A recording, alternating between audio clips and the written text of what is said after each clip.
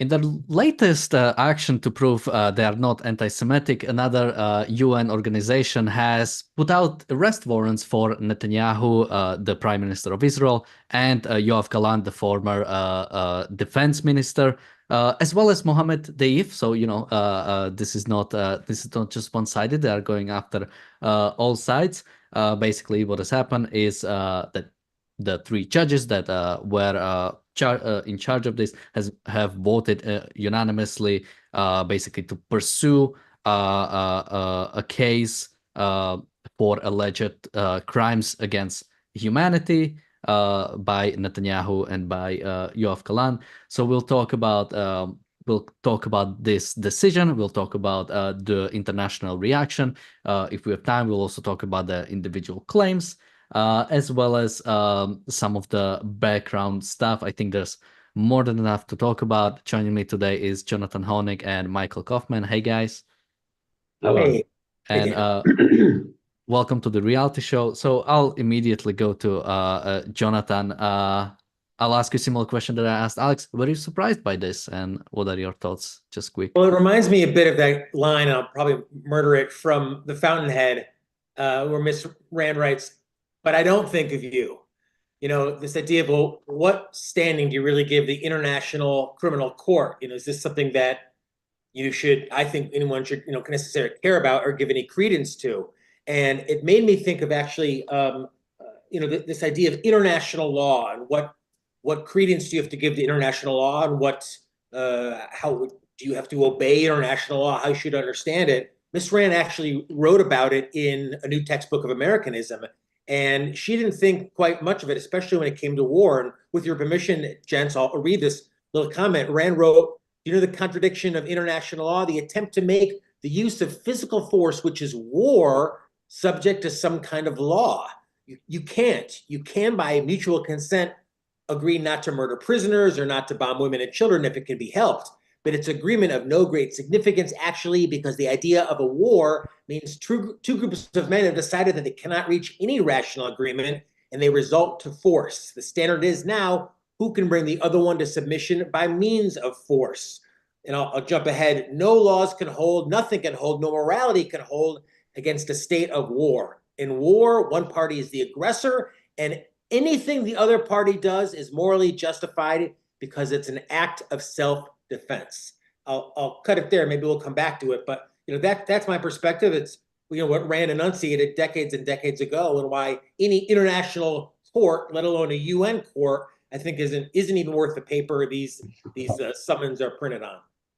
Yeah, I'll kick it to Michael in just a second, but this is what I've been saying probably since October 7th, that this idea of, or pretty much when the ICJ started getting involved, this idea of international law, they view war as some kind of game, as like a boxing match. Like, we can just impose rules and both parties will like abide by them. While exactly, as Ayn Rand described it perfectly. Once you get into war, already all civilization, all standards, all like you don't find yourself randomly in war. It's not like you go down the road and, oh, suddenly I'm in war. No, you have to start it. You actively go in. If you talk about Hamas, if you talk about Russia, it's not random. They started some conflict, and the other party has to finish it at whatever the cost. It's not on the other parties to now hold back because someone started it. I'll quickly just jump in, Michael. I don't mean to step on you, but what's something Daniel just said about, otherwise, what are you doing? Rand wrote that. She says, if it's tactically necessary to bomb civilians during a war, you have to. More than that, it is your moral duty to do so, because otherwise, what are you doing? A kind of medieval tournament where people are dying while waving ladies' handkerchiefs. Exactly your point. It's kind of playing war instead of trying to finish it, end it, and make the aggressor pay. Michael? Yeah, I completely agree with Ayn Rand on all of this, but I think there's also just a basic rationality about the whole thing. Anybody who doesn't defend themselves when someone else comes to annihilate you is suicidal, and either should be put in an asylum or let them carry out the suicide. You don't support people who don't defend themselves when they can defend themselves. You don't need to believe in objectivism to understand that life is the most important thing. If you agree that life is the most important thing, then protecting your own life has to be the main thing. And even before Rand, with John Stuart Mill and all the people who came before him, we understood that the purpose of the state is to protect the citizens' lives primarily. That is the primary job of a state, is to defend its citizens. That's why we have states. And that's why we pay taxes to states, and we give up some of our rights to states so that they are allowed to defend us. When someone comes after you, it's not like when you're out there in a dark alley and someone comes at you with a knife and you say, I'm not going to kick that person in the groin because that's illegal. You don't do that. You do whatever is necessary. You punch them in the throat and break their trachea. You kick them in the groin if you have to, and you do what is necessary to protect yourself. Full stop. What the International Court has done, and of course this is another broken UN institution, because the UN clearly needed to prove to us that they weren't corrupt enough, is to pretend that not only do you impose some weird international laws that none of us agreed to, but you actually only impose them on people who follow laws. So by necessity, and almost always, you're only applying it to the people who are the civilized people and not to the barbarians who are coming in. And that, again, shows you that any civilized person who follows that is suicidal. And I really think that we in the West who are thoughtful have got to start to call things what they are and not try to baby them around. And that's what's going on here, that the International Criminal Court decided to, in the great Obama fashion, there is moral equivalence between a terrorist organization that initiated a deadly terror attack and is still holding hostages, and a democratically elected government that you may or may not like, and frankly, it makes no difference whether you like them or not, who were the recipient of that attack. And the International Court has decided that we're going to hold the democratically elected leader up to the same standard as the terrorist, and that's what we're going to do, and that's going to be the use of the International Court. This completely annihilated any respect for the International Criminal Court, and it needs to go. Yeah, and I'll just jump in anyway. Kind of Rand identified the UN, I mean, how many decades ago? That was the 60s or the 70s? You know, she identified not just the fruitlessness of the UN, but the real evil of the UN. Michael, to something exactly as you say, you know, the legitimizing and the sanctioning of the worst ugly dictatorships imaginable, and putting them at the same table as the US, as Canada, as the UK, as like free Western countries. You know, they give North Korea and all the worst of the worst, and Hamas, apparently, the Palestinians, you know, the same seat at the table. You know, Rand had one more quote from that line. She said, international agreements are no more valid than the governments that subscribe to them.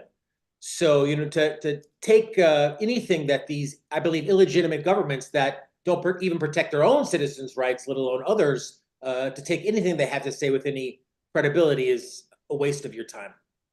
Yeah, and I think I read one journalist talking about it, and basically, what does this mean for Netanyahu? Because, you know, every country that is a signatory to the Rome Statute, which is what sort of like governs the ICC or serves as a basis for it, now has to comply or should comply with it, and basically, almost.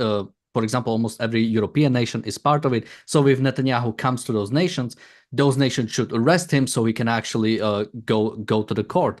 And he talked about how now basically, you know, if Netanyahu goes to these European countries, he might get arrested. So if he goes to civilized places, he'll get arrested for, again, trying to defend the individual rights of its citizens by going after a terrorist organization. But if he goes to Arabic nations, who don't actually recognize the ICC, he might be fine because those will not go after him. Although some have spoken out against him. So again, you have this like moral like travesty of basically now in many places the countries that sort of speak out the most loudly in defense of Israel or of Netanyahu are oftentimes countries like Hungary.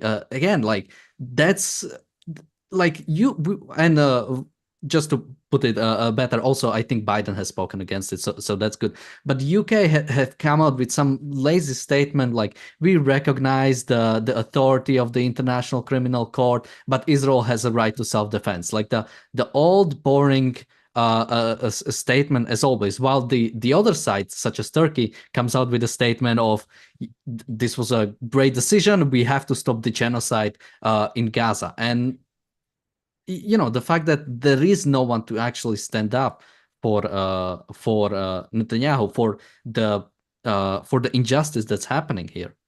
Yeah, but what's so sad is that the UN or that the International Criminal Court has any, kind of power at all, has any influence at all, means anything at all. It's just a building in New York with a bunch of very highly paid bureaucrats. And again, Rand I think understood war pretty succinctly. And her final line in this comment from a new textbook is that total annihilation of the aggressor is proper, except for the fact that you have to be damn sure that you're not both at fault, which is sometimes the case, not in this case. Certainly Hamas is the aggressor.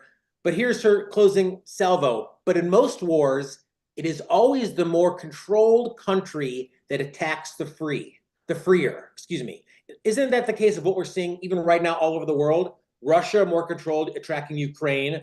All of the Middle East, ex-Israel, completely collectivistic, mystical, Islamic, attacking the free Israel. And, prophetic isn't the right word. It's too mystical, but, she understood men and understood civilizations, and we see it playing out once again. Michael? Yeah, to follow on that, I think people sometimes get into what I think is a really ridiculous argument with me about who's to say the West is right or good and Israel and China, Iran, Russia, North Korea are evil. Now, when I hear somebody talk to me like that, I want to tell them that they're a moron. And if that's what they've learned at this point in their life, then they're unredeemable and they need to go away. And I'm not interested in trying to convince them. But one of the simple things is what you just said. And that one of the simple tests is that countries that are good and free don't go after other countries. You don't see the US trying to expand its borders. Don't tell me that Israel is trying to expand its borders. It's not. It was attacked 7 times. It won land back in a war. It actually gave a lot of that land back, even though it won it in legitimate wars when it was attacked. And it frankly should control the West Bank, but it doesn't want to in general, and so on and so forth. Good countries do not go seek to control other countries. Bad countries like North Korea want to take over South Korea. Countries like Iran want to take over all of the Middle East. China wants to take over the South China Sea, and frankly, they want the world. They've made no bones about that. Russia, we know, wants to restore the Soviet Union and frankly crush the US. It's a very simple test of who is good and who is evil. And the reason why collectivist and controlled groups want to take over more is because they can't do it on their own, the it being civilization. It's so hard to actually make something that's good and productive and can pay for itself. It's much easier to go pillage other countries the way they used to pillage other countries when we were all barbarians. And this is such a simple, straightforward thing. The fact that the world has devolved into this absurdity, this upside downism, and this doublespeak, as Orwell called it, and Ayn Rand is laughing at all of us because she, like you say, she talked about it a long time ago. It was obvious.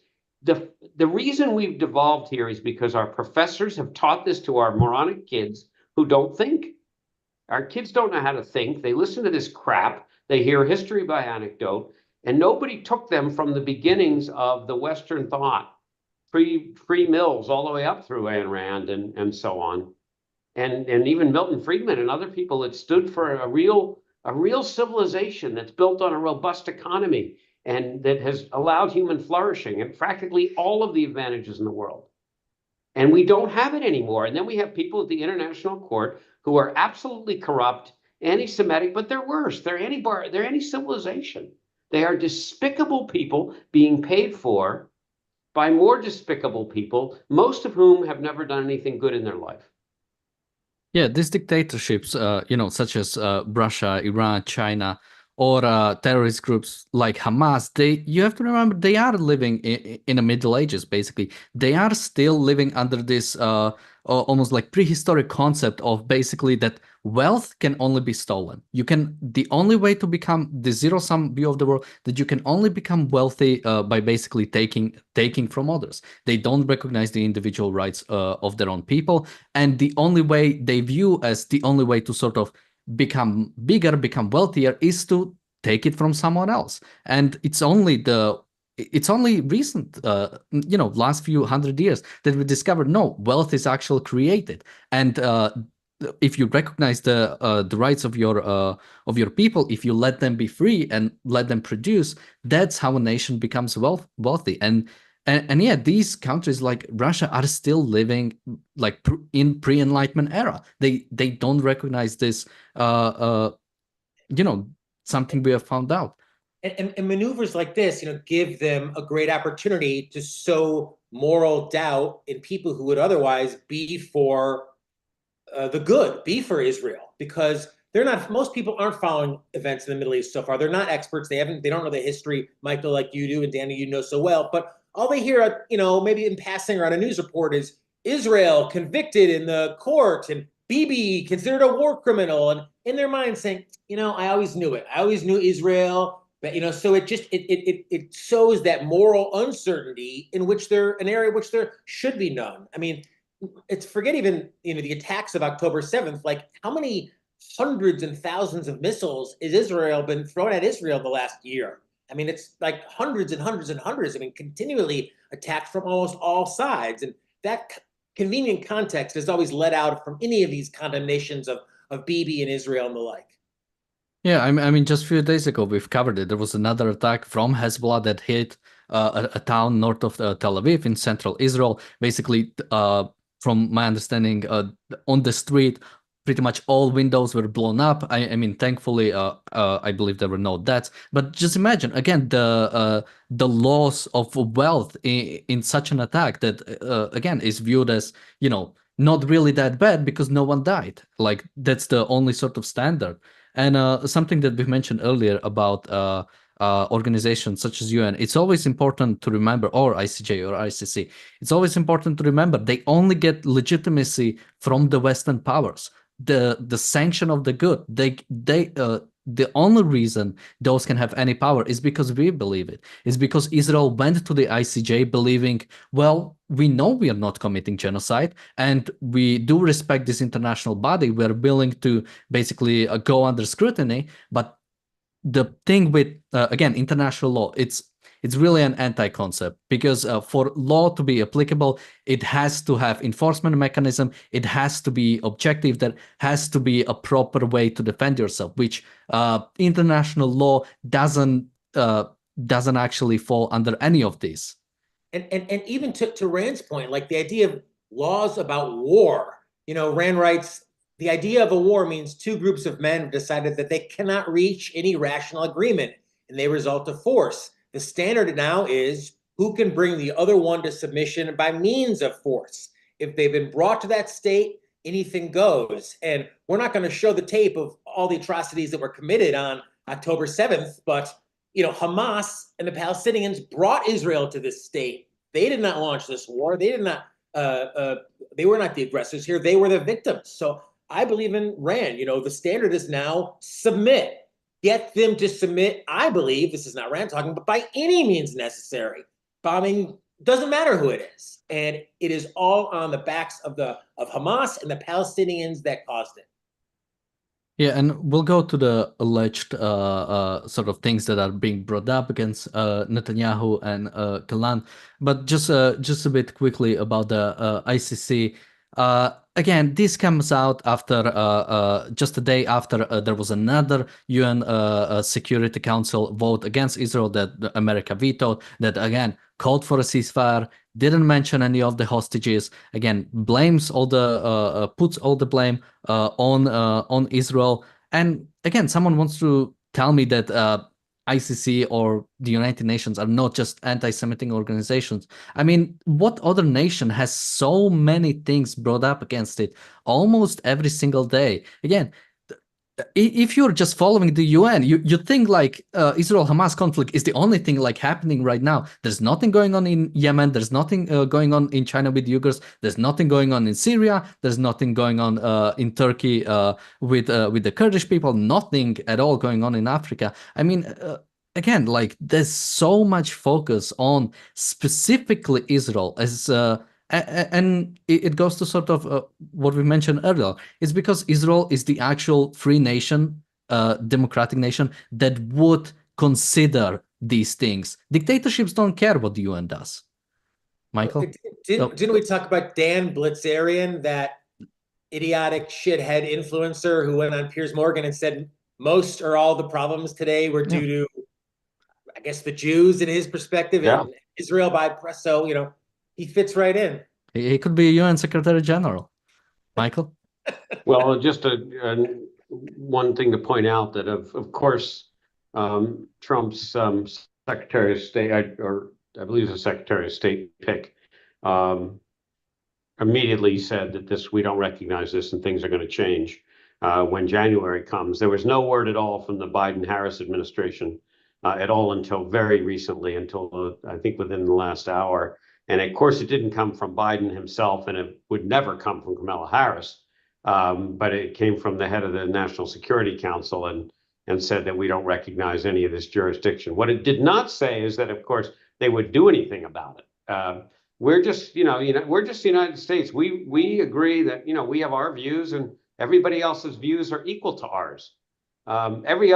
All the other countries in the world, like Russia and China, they'll go and beat the crap out of you and bomb you and take over your country if you don't agree with them. But we're the United States and we're beneath that. We're just going to say, well, your view is equal to ours, and you're certainly entitled to your opinion. Not that you're a completely corrupt regime, and we're actually going to sanction you, and we don't recognize you, and we're going to take other actions, and I'm sure they can find other actions to take.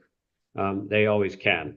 So this is the problem in the world. We have Ireland, of course, jumped all over it and said we totally agree. We had I think it was the Netherlands saying that, which is a great irony after all of the anti-Semitism going on there. You have Argentina and Hungary on the other side of it, which is remarkable. And you really need to, the world needs some leadership. It needs some Western leadership to get up there and say, not only are people on our side, but we're good. We are unfortunately stuck in the Obama era of moral relativism, which is everybody is kind of good and everybody is kind of evil and we're all kind of the same. And somehow if we just compromise, it's going to lead to good things. And the answer is when you mix good and evil, you get evil, and evil decimates good. And that's where we are headed in the world. Yeah, I mean, it's just the fact that all these corrupt dictatorships, truly shitty cultures, have to have the same seat at the table as the UN, as the U.S. free countries, and there's that package deal that is around quite a bit now, globalism, right? We hear that all the time. People hate globalists and globalism, and they package up in that a lot of things, including global trade and global law. And I hear that quite a bit. I say I'm a proponent of free trade, and they say, oh, well, they think you endorse global law. And Rand, I think, is pretty explicit about that, against this idea of international law, global law, before the idea of, obviously, international and global self-interested trade. So these, the UN makes the declaration, and Daniel, as you said, it's like Israel is their everyday whipping boy. Every day there's another resolution why Israel is a monster, and it's done for pageantry. Even if they don't slap the cuffs on Netanyahu, it's done to sow moral, distaste for Israel. And Yeah, I that's mean what the that. UN does. I oftentimes hear that statistic used now. UN General Assembly has brought up hundreds of It's basically against moves Israel. against Israel, and that's being used as basically a standard for judging a nation. And I just want to make a quick point about the idea of international organizations and how the current or international organizations are destroying something that could potentially be real good. Every single international organization goes under UN, meaning now everybody gets a seat, every dictator. But there is a good case for international organization.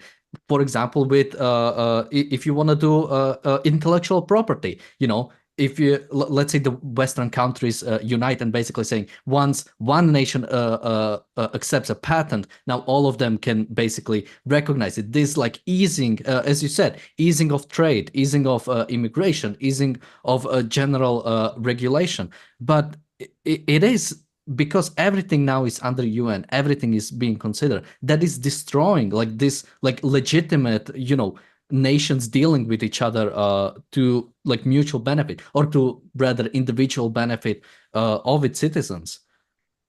And uh, Jonathan? Well, I was going to say, would you mind explaining for our audience, including myself, the thumbnail for today's program? I recognize Netanyahu. Who are the other people? And one looked like it was a gentleman wearing a dress. So for those who don't know, it's a meme format from The Office. It's there is a scene where basically I haven't watched The Office, I just know the meme. But basically someone is asked.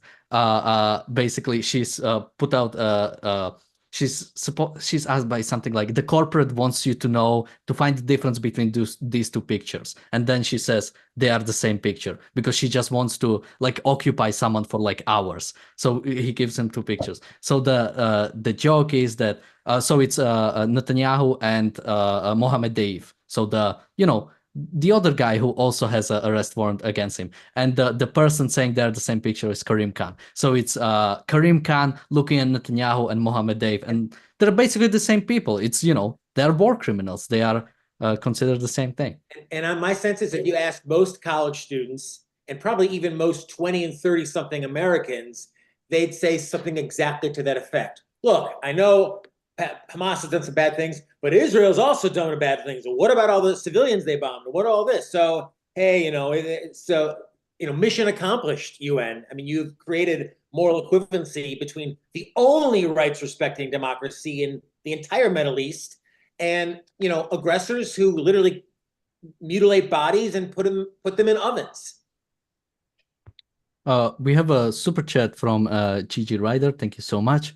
He says, woke Democrats have been freeing violent criminals while prosecuting citizens who protect self or civilians. 2 cases, 3 New York civilians stabbed by crazy man, by hero Daniel Penny on trial for murder.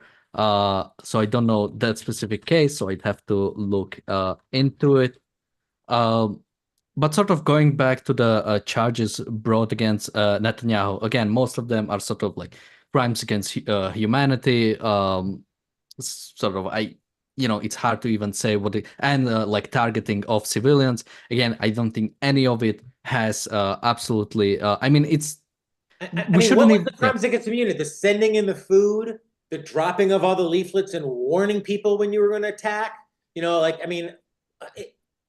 This is everything we've documented for years is about as humane as a war can be prosecuted. Maybe that's the problem. And certainly Ayn Rand, I think, believed it was. Yeah, I mean, well, we certainly didn't use maximal pressure. I mean, if someone comes in and attacks you and mutilates your people and rapes them and takes them hostages and cuts up babies' heads and so on, you don't have any obligation to give them food. I mean, it's completely absurd. And by the way, we all know where that food is going. All the food goes initially to the Gazan terrorists because they take it.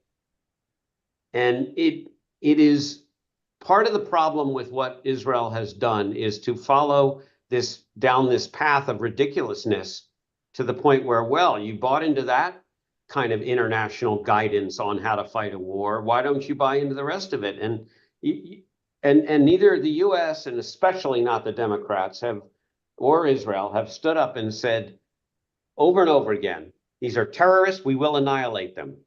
These are terrorists. We're talking about a right to defend ourselves. That's a defensive name. That's a defensive statement. What we should have said was, we have a right to annihilate those who seek to annihilate us. And we should have said that from the beginning, and we did not.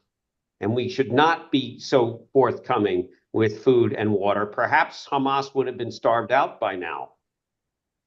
Well, and we don't want to get too political, Michael, but to your point, I mean, what I'd love to see President-elect and ultimately President Trump do isn't just appoint a hard-nosed ambassador to the UN, but kick the UN out. Absolutely. Let them, Razi's talked about that major skyscraper in North Korea they can inhabit. Let them go somewhere else. Withdraw. I think that would be an amazing way of dismantling the moral chokehold that, as Ayn Rand identified, this truly corrupt organization has. Yes. Yeah, and even, for hoping for a dissolution of the UN, I think will be sort of like a dream for some time now. But some nations are starting to realize the inherent corruption within the UN. So at least, maybe replacing it, again, it's always just replacing, but replacing it with somebody that maybe doesn't include China, maybe doesn't include Russia, maybe doesn't include Iran, could be at least a decent start. But something Jonathan, you mentioned that they've been providing them with aid. Well, one of the claim is that Netanyahu has used starvation as a method of war. And again, these like laws of warfare, or sort of like ways to conduct war, they always view it as if it's like a hostage situation. Basically, Hamas is keeping 2 million supposedly Palestinians in a hostage situation, so you have to protect every single civilian. It's they don't support no Palestinian supports Hamas, no Palestinian was celebrating the October 7th, no Palestinian supports October 7th or another, just replacing Hamas with another terrorist organization. And yeah, then according to that standard, pretty much any action by Israel is automatically violating. I mean, one civilian death is a violation. And when you try to ask I mean, just remember when did they first start calling out that there's too many deaths? Maybe like a month after not even the invasion started, but a week after October 7th, you already had calls for ceasefire. I mean, there is no way to satisfy. It's an impossible standard. It's a it's basically saying no. There is no way to conduct war. It's you just have to give up and that's it.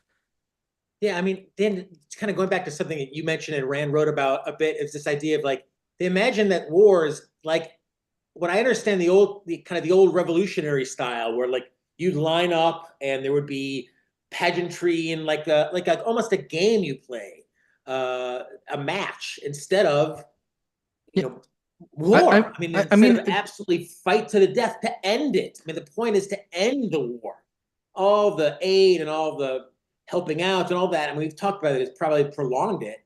But the UN is playing the long game here. They really want to portray Israel as the aggressor, as the wrongdoer, as the truly evil one here, big bad Israel. And declarations like this give them more fodder to tweet out. Yeah. Well, let's be clear. It's also bullying, because the same thing could have been said about how the U.S. fought against ISIS. And nobody complained about us going in and bombing the heck out of ISIS. And there was no issue about whether there were women and children or non-combatants in the area. None at all. We had all and somehow cutting off American heads led to us being allowed to go destroy ISIS. And that wasn't even on our homeland. That wasn't inside the US. But Israel, after an attack on its homeland by a group that lives right next door, doing the same thing, only a lot nicer about it and a lot more worrying about it, and dropping pamphlets, which the U.S. never has done. This was not acceptable. And I'm using the U.S. not because I'm against the U.S. I'm actually entirely for the U.S. I think we also were too careful at the beginning of the war on ISIS. And therefore, the war was prolonged, and therefore more people probably died. But one thing's for sure, prolonged wars lead to more death. There's no question about that. There's friendly fire, there's crossfire, there's collateral damage, etc. The longer things go when you're in a zone with lethal force, the more unintentional death you're going to have. And the world is propelling this. The Hamas conflict could have been over a long time ago if we weren't supporting Hamas. And my sense is Hamas and the Palestinians could also end the conflict. Every day it's criticism of how Israel is pursuing the war, but like any day, Hamas, the Palestinians could wave some type of a white flag. Like that, absolutely. Right. It would be over. But they don't do that. They haven't done it. Not yet. Yeah, and the reason they haven't done it is because of the world's reaction, including this absurd ICC warrant now, because why not just continue to keep this front and center to everybody? And if 10,000 more civilians get killed, as the Hamas leader said, we want that. We want as many dead civilians as possible. And the stupid idiots on the West and our governments in the West have all basically said, you know, actually, okay, you want that? We're going to give it to you. And then we're going to blame Israel for it.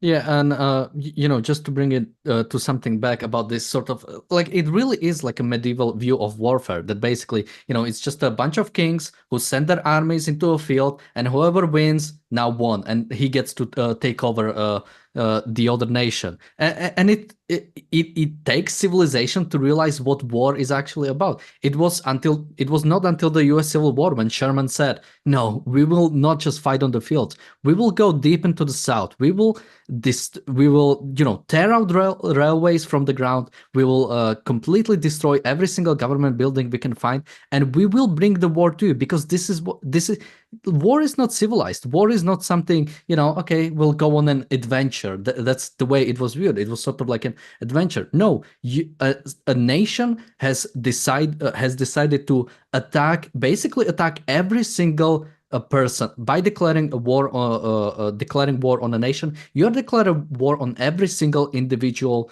with all of their individual rights in that nation, and the country that was attacked has to recognize what has happened and has to act appropriately. You know, Daniel, your point about now, you know, Hamas hiding among civilians. You know, again, Rand wrote about this from this essay in A New Textbook of Americanism. She wrote, but the idea of don't murder women and children, I don't think is particularly relevant if you're murdering men. What's the difference? And it's demonstrated in Vietnam all the time because women and children are right there with the guerrillas. How are you going to make a distinction? If it's tactically necessary to bomb civilians during a war, you have to. More than that, it is your moral duty to do so. Yeah, and you know, and again, you have to realize Hamas knows the way sort of the Western view of war right now is. That's why they hide behind human shields. I mean, someone once tried to say that also Israel uses human shields because they're like main like Israeli version of Pentagon is somewhere around the mall area or something like that. But you have to realize it's literally impossible for Israel to use human shields, because to have human shields, the other side has to consider murdering civilians as a bad thing.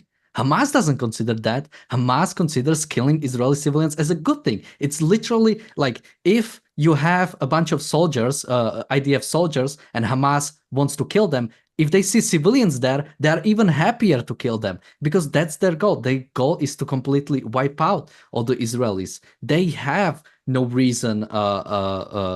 Israel literally cannot even gain a tactical advantage from hiding behind civilians. It's literally impossible. It's only Hamas can, because Israel has at least some respect for a potential innocence in Gaza, and again to their detriment, because it's used by everybody against Israel.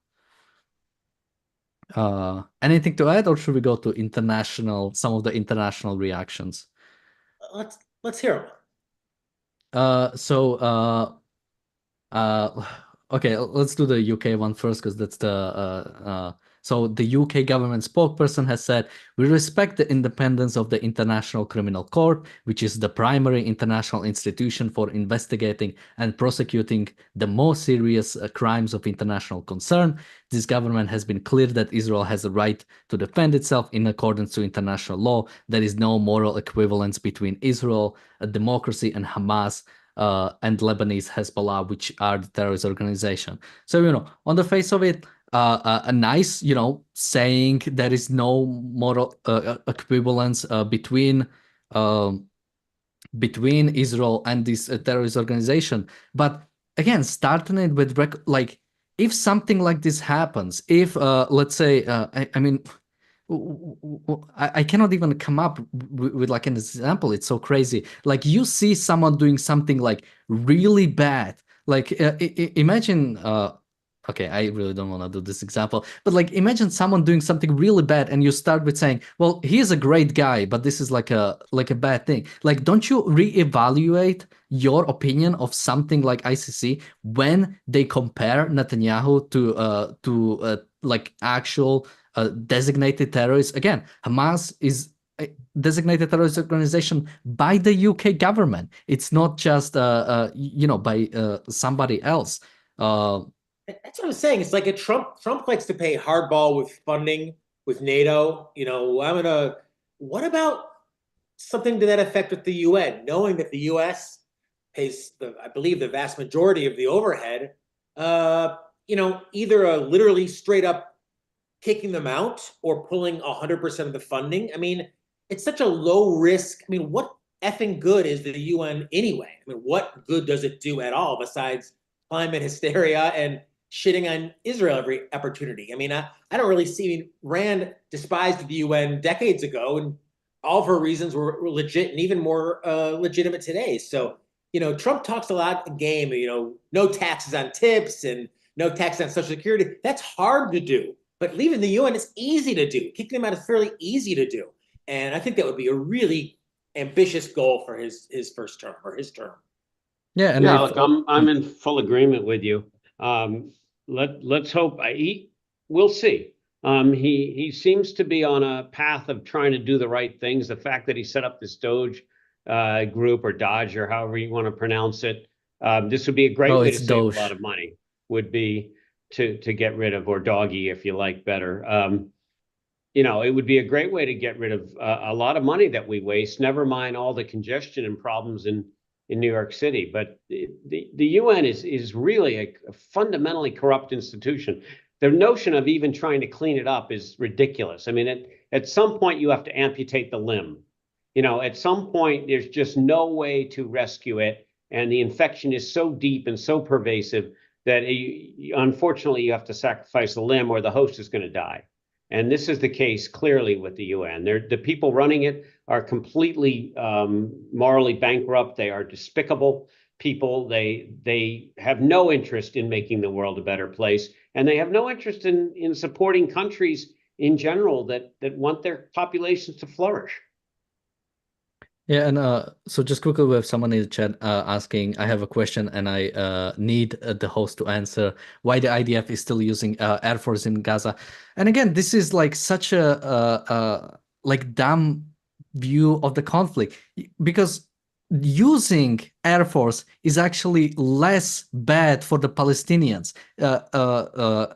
IDF can be more precise with Air Force, with targeting strikes, and make sure that the innocents don't die. When they do ground invasions, that's harder to do. That's harder to avoid. I mean, just remember the hostage rescue mission. Like, more than 200 Palestinians died. And again, trying to put it as something Israel is using Air Force as like something bad. It's not. The question is, why is Israel using the Air Force? Why are they using Air Force? Why haven't the Palestinians given up yet? Why hasn't Hamas surrendered yet? Why haven't all the hostages, that I hate to even imagine how many of them are, I'm sure, dead by now, but like, why haven't they, not why is Israel retaliating and trying to save itself to protect its people, but why haven't the aggressors who started the war given up, waved the white flag, promised never to do it again, established a government that will be non-aggressive and can be assured to be non-aggressive? None of that's happened. That's my sense why Israel's still using the Air Force, and they should. Yeah, maybe I could jump in with an orthogonal perspective. I think it's the wrong question. I think if you're asking the question, you're presupposing that Israel has some duty to somebody other than itself. Israel has its first duty to itself, which is to destroy the enemy and to protect its own soldiers. If the Israeli military, which is a damn good military, has deemed it optimal to use air power to take out Hamas for either one of those reasons or 100 other reasons that none of us will know, then we should be very happy that they're doing it. As Jonathan said in Daniel Implied, the question is not why is Israel doing it. The question is, why hasn't this amount of pressure put on Hamas led to surrender and hostage return, which is how you end the war? And the answer is it obviously isn't enough, and therefore more is required. And Israel is not going to give up just because it's taking a long time. Israel was foolish, in my strong opinion, to go in with such a carefully crafted, semi-surgical initial set of strikes for the first 6 months. And now it's paying the price, that this is just going to be a prolonged war to try to remove all these cancerous or infected tissues and try to get it done. But stop giving it to Israel. It's not the right question. Israel's allowed to do whatever it takes to finish this war. Blame it all on Hamas. It is completely their fault. Full stop. Yeah, I mean, with when we talked about the pick for the Secretary of State, Marco Rubio, again, imagine going from Antony Blinken to Marco Rubio if you're like an Israeli who actually wants to like defend itself. I mean, he was straight up asked like, what do you think? Should there be a ceasefire with Israel or something like that? And said no, Israel should finish the job. And when he was asked what about the Palestinians that are dying, those are on Hamas. Hamas has decided, Hamas has a governing authority over the Palestinians in Gaza, and it has decided to engage in war against Israel. It has the moral blame for every single Palestinian that dies. And again, if they want to stop it, they can do so at any time. They can recognize, do their own declaration of independence where they recognize individual rights of their citizens and finally do something. Similar to whenever the sort of international community or these international courts talk about like ceasefire, as if like again the Palestinians, none of their individual rights by the Palestinian Authority in the West Bank territories or in Gaza, none of their individual rights are being recognized, and that's simply not considered. It's only they should just be in peace. It doesn't matter if they are living under a dictatorship. It doesn't matter that they are oppressed. At least, someone is not like trying to get rid of the people that are oppressing them. I mean, it's ridiculous. Yaron Brook, Dr. Yaron Brook, spoke for many, many years about the just war theory and how I believe so many people's understanding of how they think war should be fought. And we've alluded to some of them, lots of care packages for the enemy and, sitting down and having tea with the enemy. And, John David Lewis, who is deceased now, he was an objectivist, wrote, I think, the definitive book on understanding war, a proper understanding of war. The book is called Nothing Less Than Victory, Decisive Wars and the Lessons of History. He was an objectivist, and I think points out a lot of what Michael has alluded to, of how wars should be fought, morally should be fought, and most effectively should be fought. And it's not to prolong them and to come to an agreement, but this is my interpretation now, but to punish the aggressor into submission, and so that they never, never do it again. I mean, they're going to have a ceasefire, and 18 months from now, 2 years from now, you're going to have more rockets, another incursion, and more dead Israelis, and more UN citations of Israel in the process. Yeah, and so just to cover a bit, I think Michael has mentioned Hungary earlier. So Hungary's foreign minister, God, I love these Hungarian names. Peter Szijjártó blasts the ICC's shameful and absurd decision to issue arrest warrants. He says this decision disgraces the international judiciary by equating leaders of a country attacked by a heinous terror attack with the leaders of a terrorist organization responsible. I think also Milei's Argentina declares its deepest disagreement with the decision, ignores Israel's legitimate right to self-defense against constant attacks by terrorist organizations like Hamas and Hezbollah. On the other side, Turkey has hailed this decision, a belated but positive decision to stop the bloodshed and put an end to genocide in Palestine. Just a quick heads up, Turkey itself is not a signatory to the Roman Statute, so they don't even have a voice here. They're literally not even abiding by it, because if they were, they would have to answer for what they are doing with the Kurds, not in just their own country, but also in the countries of other nations.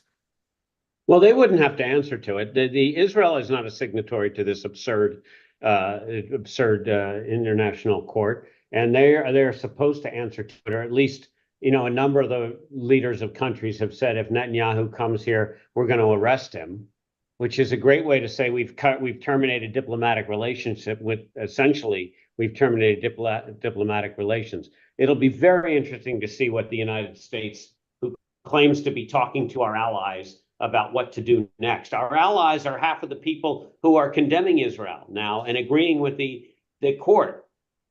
I don't know what they're talking to the UK and France about, who, by the way, the UK and France also voted for the UN resolution yesterday. They did? They did? The crazy. UK and France voted to hold Bibi as a war criminal? No, yesterday at the UN. UN Security Council. At the United Nations, that everybody voted against Israel except for the United States, who thankfully had the guts. I think we were all breathing a sigh to say, if you don't include the hostages being returned, then what are we doing here? And then some idiot, of course, came out, some genius, intellectual pointed out that resolution had a separate section where they said separately the hostages would be returned, because terrorists, after all, always abide by the contract. So separately the terrorists would abide by it, because it's like a Blinken thing, Tony Blinken, that the terrorists are not acting in good faith. It's unbelievable how screwed up the UK and France, and we know that France is, because Macron is terrible, but it's a problem. Yeah, as you mentioned, the decision was 14-1, so pretty much every single nation voted for it, and the US was the only one voting against it, which, because the way the Security Council itself is set up, 5 nations have a complete veto power. One of them is America, so we are able to get rid of that. But again, what does it say about, because France and UK are the other ones that have the veto power, like voting for it, again, completely throwing Israel under the bus.